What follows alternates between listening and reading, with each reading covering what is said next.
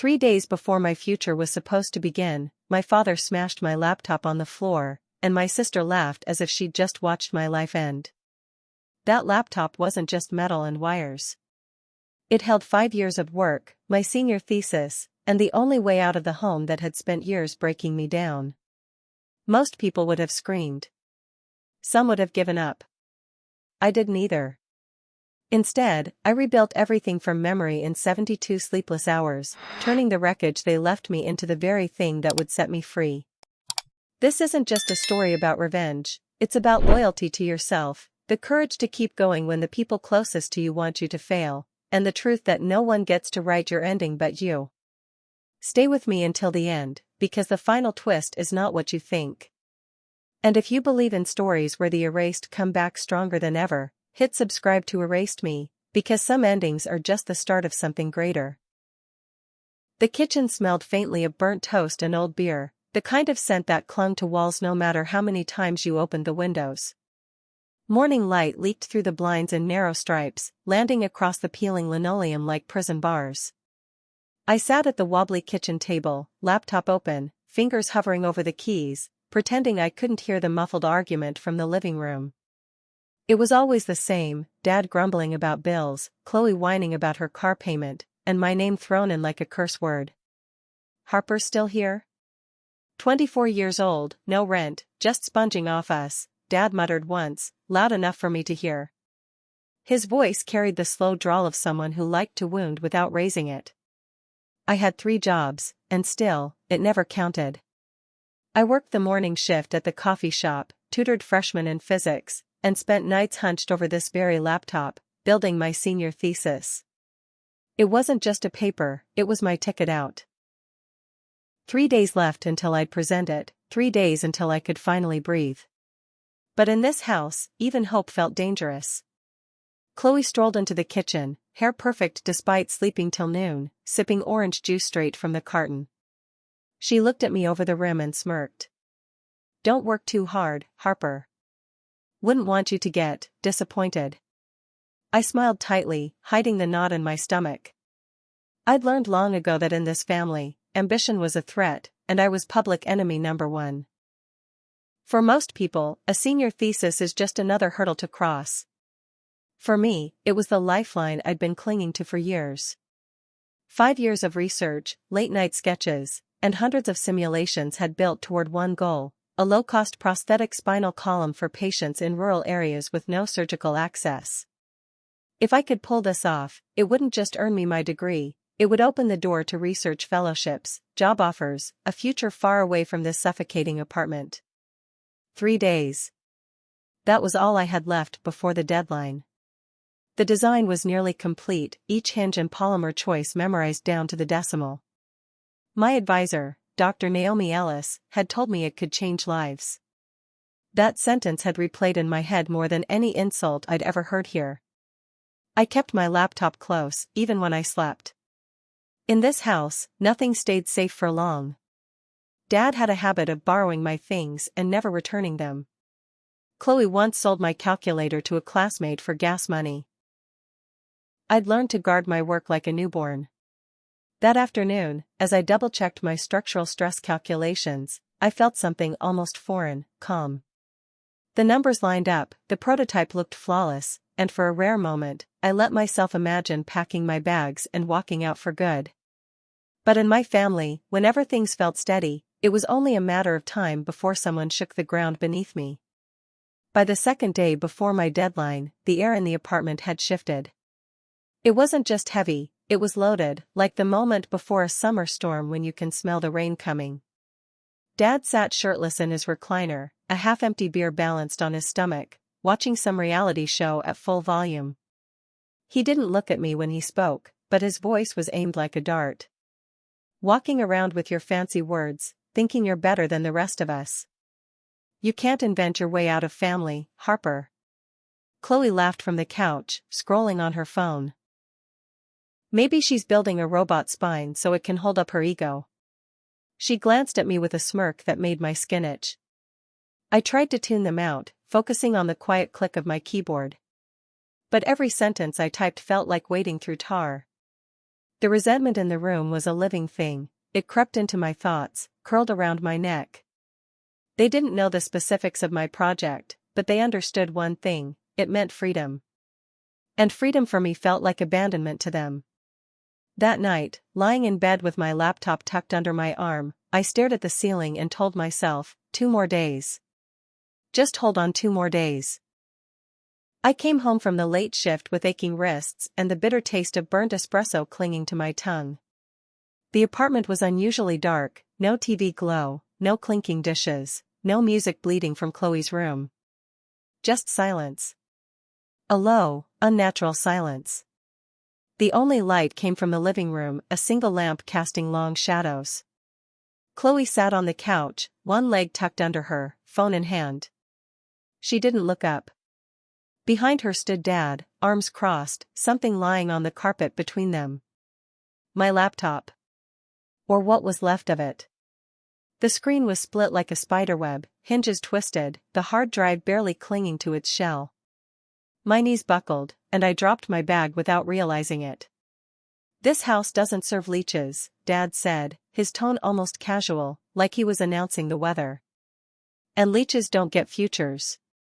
My mouth went dry. "Why?" He smiled, slow and cruel. "Because you got cocky. Thought you could fly above this family. We keep our own on the ground." Chloe leaned forward, her voice sweet and poisonous. "Oops. Guess Miss Perfect doesn't have anything to submit now. Should have saved it to the cloud, genius." For a moment, I thought I might scream. Instead, I inhaled, slow and deep, the way you do before stepping into freezing water. I bent down, gathered the jagged pieces of my machine, and stood without a word. My silence made Chloe shift uncomfortably. "Don't be a drama queen, Harper. You're not even bleeding." She didn't know that bleeding wasn't the only way to be wounded. And she didn't know that everything she thought she'd destroyed was already alive in my head, waiting to be rebuilt. I carried the broken pieces of my laptop to my room like they were the remains of something sacred. The jagged edges bit into my palms, but I didn't loosen my grip. Closing the door behind me, I set the wreckage on my desk and just stared. I could have cried.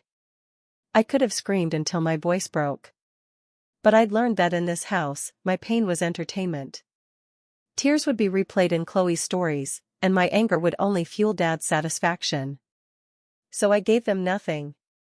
I sat down, running my fingers over the cracked casing, remembering every late-night coffee, every hand-drawn sketch, every formula scribbled in the margins of my notebooks.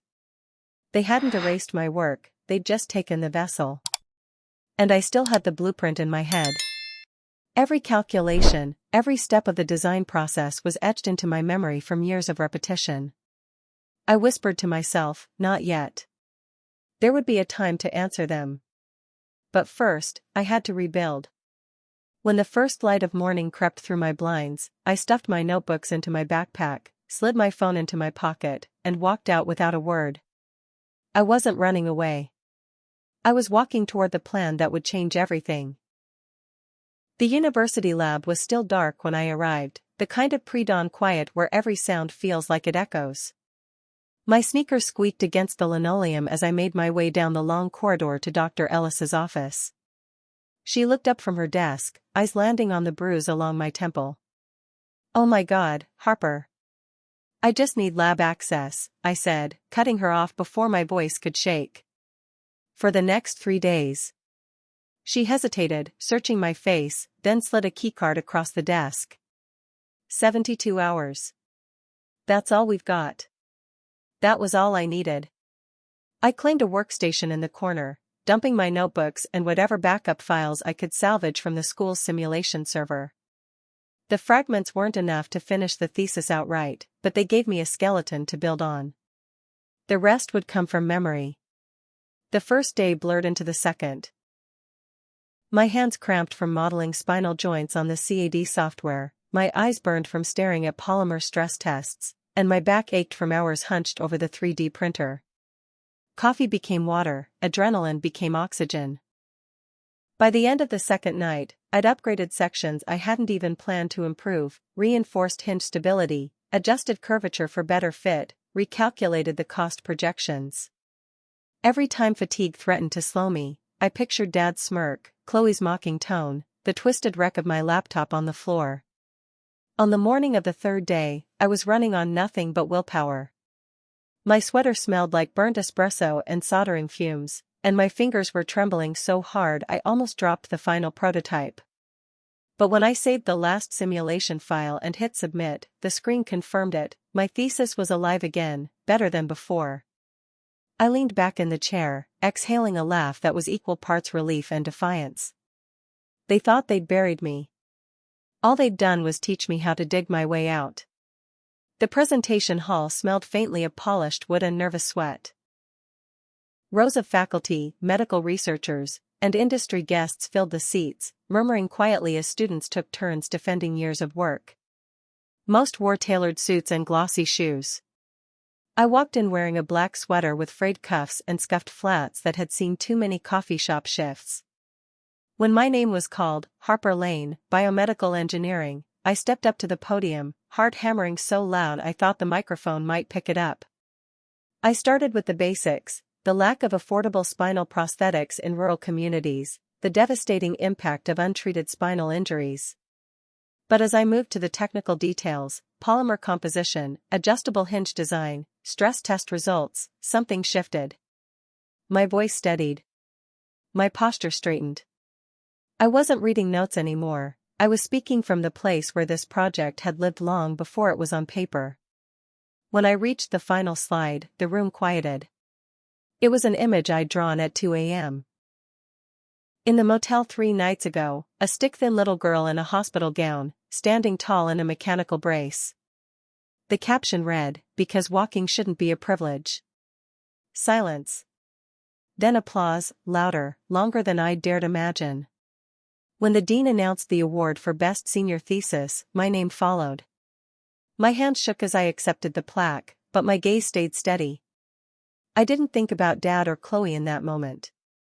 I thought about the girl in my drawing, and the thousands like her, finally standing on their own. And for the first time in years, I felt like I was standing on mine, too.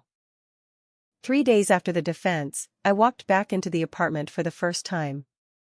The air smelled the same, stale beer, overcooked bacon, but I didn't feel the same walking through it. Dad was at the kitchen table, Chloe leaning against the counter with her arms crossed. Both of them stared as I set a plain white envelope on the table. "What's this?" Dad asked, his voice edged with suspicion. 2 years' rent, I said evenly. Adjusted for utilities, groceries, and taxes. $10,000. Now you can never say I owe you anything again.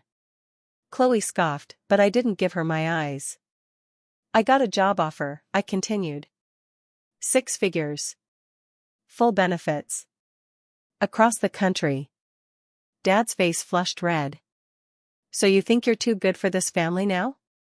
I slipped my old coat off the hook, sliding my arms into the sleeves like I was putting on armor. "No," I said, my voice calm. "I've always been too good for this house." Without another word, I walked out the door, down the steps, and into the cab waiting outside. I didn't look back. Not once. 2 weeks after moving into my new apartment, I mailed a small, brown package to my parents' address. The return label simply read, "From your leech." Inside was my first published medical journal article, pages crisp and smelling faintly of fresh ink. Attached to it was a high-resolution photo of my prototype, now funded for further research and awaiting clinical trials. On the front of the journal, I taped a yellow sticky note in thick black ink: "You tried to smash my future, so I built another." No explanations. No apology. No way for them to twist it into something else. A week passed. No calls. No texts. No acknowledgement that the package had even arrived. But I knew they'd opened it. I could imagine Dad's jaw tightening, Chloe's eyes narrowing, Mom's silent stare as the words sank in. And that was enough. I didn't need to hear their voices to know the message had landed exactly where it was meant to. 6 months of silence passed before their number appeared on my phone. I let it ring until it stopped. Moments later, a voicemail notification blinked. Chloe's voice was frantic, the words tumbling over each other. Harper, Dad lost his job. Mom's sick, like, actually sick this time. I know we weren't great to you, okay? But, we need you. Please call me back. I played it twice, not because I was tempted to respond, but because I wanted to remember the sound of her needing me. Then I hit delete. That same week, an email landed in my inbox from my old high school. The subject line read, Keynote Speaker Invitation, Women in STEM Day. For a moment, I almost said no. Going back meant risking old ghosts clawing their way up again. But something about it felt right. Not as revenge, but as closure. I confirmed my attendance, booked a flight, and chose a simple black dress for the occasion. No designer labels, no flashy jewelry. I wasn't going to show them wealth. I was going to show them worth. The high school gymnasium smelled faintly of floor polish and old bleachers. Rows of folding chairs faced the stage, filled with girls holding notebooks and science kits, their faces bright with curiosity. When my name was announced, Dr. Harper Lane, I stepped into the spotlight, scanning the audience. That's when I saw them. Second row, center, Dad, Chloe, Mom. None of them had been invited.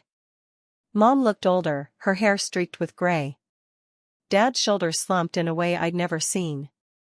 Chloe's face was pale, eyes darting away when I caught her gaze. I didn't flinch.